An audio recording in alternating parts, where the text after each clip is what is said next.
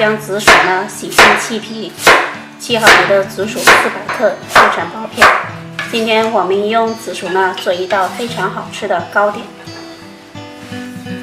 水开上锅蒸熟，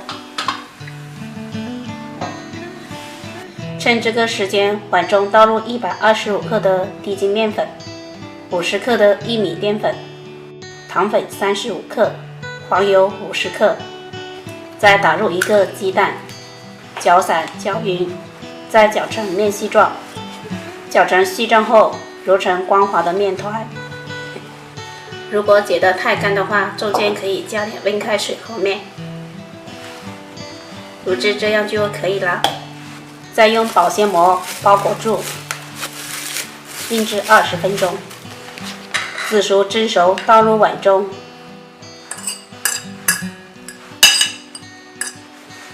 压成泥后，倒入1勺的蜂蜜。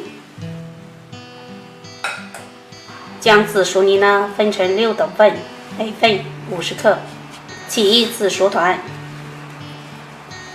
放入3克的芝士，包裹住，这样就可以了。面团醒发好，将面团呢放到案板上，直接搓成长条。分成大小均匀的6个小剂子，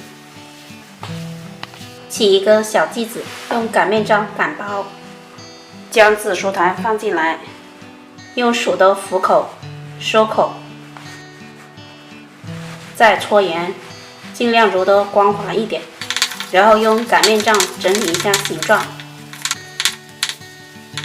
像这样就可以了。电饼铛一热，刷1层薄油，放入饼坯，